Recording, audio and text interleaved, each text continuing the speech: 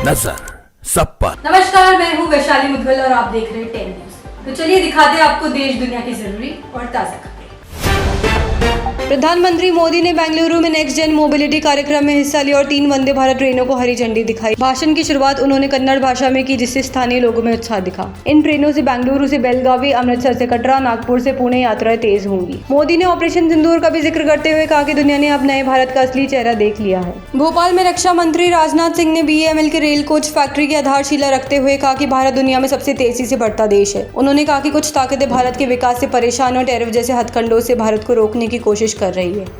उन्होंने ऑपरेशन सिंदूर का भी जिक्र करते हुए आतंकवाद के खिलाफ सख्त कार्रवाई की बात कही। यह फैक्ट्री वंदे भारत कोच बनाएगी। जम्मू कश्मीर के किश्तवाड़ के दुल इलाके में सेना और आतंकियों के बीच मुठभेड़ शुरू हो गई। सेना ने इलाके को घेर रखा और गोलीबारी जारी है। वहीं कुलगाम जिले में ऑपरेशन अकल अपने 90वें दिन में जहां 2 जवान शहीद और 2 घायल हो गए। सेना और पुलिस के अधिकारी लगातार ऑपरेशन की निगरानी कर रहे हैं। आतंकियों को पकड़ने के लिए जंगल में तलाशी अभियान जारी है। भारत और ओमान के बीच मुक्त व्यापार समझौते पर बातचीत पूरी हो चुकी है। वाणिज्य राज्य मंत्री जितिन प्रसाद ने राज्यसभा में जानकारी दी कि बातचीत 2023 में शुरू हुई थी और अब अंतिम चरण में है। 5 साल में भारत का 5वां FTA होगा। इस समझौते से भारत ओमान व्यापार को नया बल मिलेगा और दोनों देशों की रणनीतिक साझेदारी को और मजबूती मिलेगी। थल सेना अध्यक्ष जनरल उपेंद्र द्विवेदी ने कहा है कि ऑपरेशन सिंदूर सरकार द्वारा फ्री हैंड ऑपरेशन था। उन्होंने कहा कि यह मिशन शतरंज की तरह था, जहां हमें और दुश्मन दोनों को अगली चाल का पता नहीं था। यह ऑपरेशन एक खुफिया आधारित रणनीतिक बदलाव का उदाहरण है। जनरल द्विवेदी ने बताया कि इसमें भारत ने ग्रे जोन में काम करते हुए आतंकवाद के खिलाफ निर्णायक कदम उठाए। इटली के राजदूत फ्रांसिस्को टालो ने कहा कि भारत के बिना IMAC प्रोजेक्ट संभव नहीं। उन्होंने बताया कि यह प्रोजेक्ट व्यापार, ऊर्जा और डेटा कनेक्टिविटी को बढ़ावा देगा और भारत इन सभी क्षेत्रों में एक अहम खिलाड़ी है। भारत यूरोप कनेक्टिविटी में यह परियोजना बड़ी भूमिका निभाएगी। वैश्विक अस्थिरता के बीच यह साझेदारी अंतर्राष्ट्रीय संबंधों को नई दिशा दे सकती है। अमेरिकी सीनेटर लिंडसे ग्राहम ने भारत से आग्रह किया है कि वे राष्ट्रपति ट्रंप को यूक्रेन युद्ध खत्म करने में मदद करें। ग्राहम ने भारत को रूस से तेल खरीदने के लिए भी जिम्मेदार ठहराया, जिससे पुतिन की युद्ध मशीन को ईंधन मिल रहा है। यह बयान ऐसे समय आया जब PM मोदी ने हाल ही में पुतिन से बात की है। यह कदम भारत अमेरिका रिश्तों को प्रभावित कर सकता है। ईरान और अफगानिस्तान के बीच सीमा विवाद फिर से बढ़ गया। झड़पों में दोनों ओर से हताहत हुए। ईरान ने अफगानिस्तान पर सीमा उल्लंघन का आरोप लगाया, जबकि तालिबान सरकार ने इसे आत्मरक्षा बताया। सीमा पर फौज की तैनाती बढ़ा दी गई है। यह विवाद हेरात और नीमरूज प्रांतों के बीच जल वितरण और अवैध आवाजाही को लेकर है। क्षेत्र में तनाव की स्थिति बनी हुई है। चीन के सीनियर डिप्लोमेट लियू जियांचाओ को बीजिंग में पूछताछ के लिए हिरासत में ले लिया गया है। लियू विदेश मंत्री बनने की रेस में थे और 160 देशों के अधिकारियों से भी मिल चुके थे।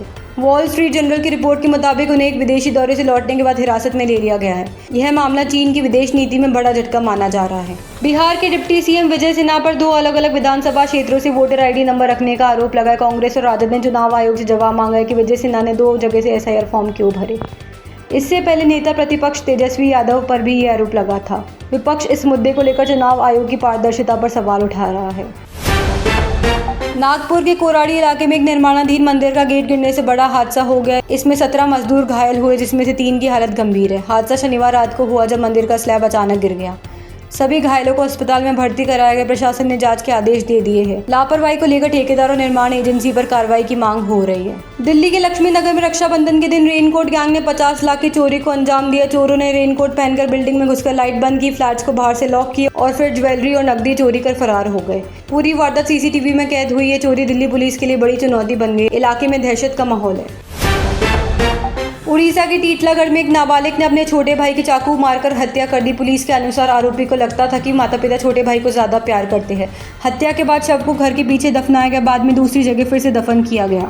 SP के नेतृत्व में खुदाई कर शव को बरामद किया गया है। मामला परिवार समाज के सामने गंभीर सवाल खड़ा करता है। बिहार के दरभंगा मेडिकल कॉलेज में एक पिता ने अपनी बेटी के सामने दामाद को गोली मार दी। युवक के मौके पर ही मौत हो गई। कारण था इंटरकास्ट मैरिज से नाराजगी। घटना के बाद छात्रों ने आरोपी की जमकर पिटाई की। सोशल मीडिया पर यह मामला वायरल है और ओनर किलिंग को लेकर बहस भी छिड़ गई है।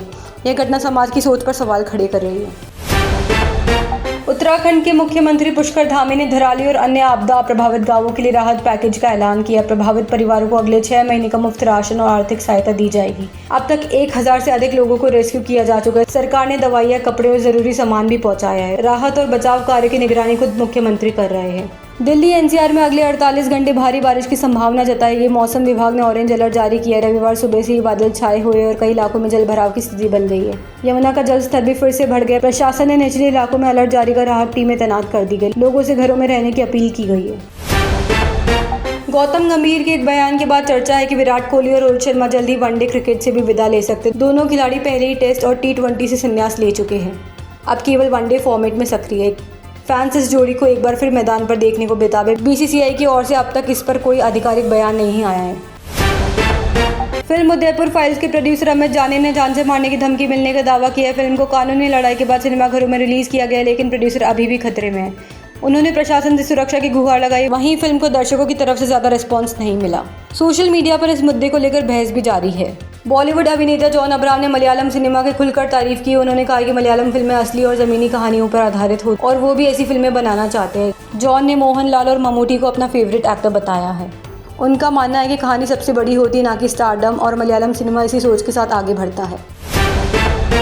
तो ये थी आज की सुपरफास्ट खबरें। देखते रहिए 10 न्यूज़। नजर सब पर।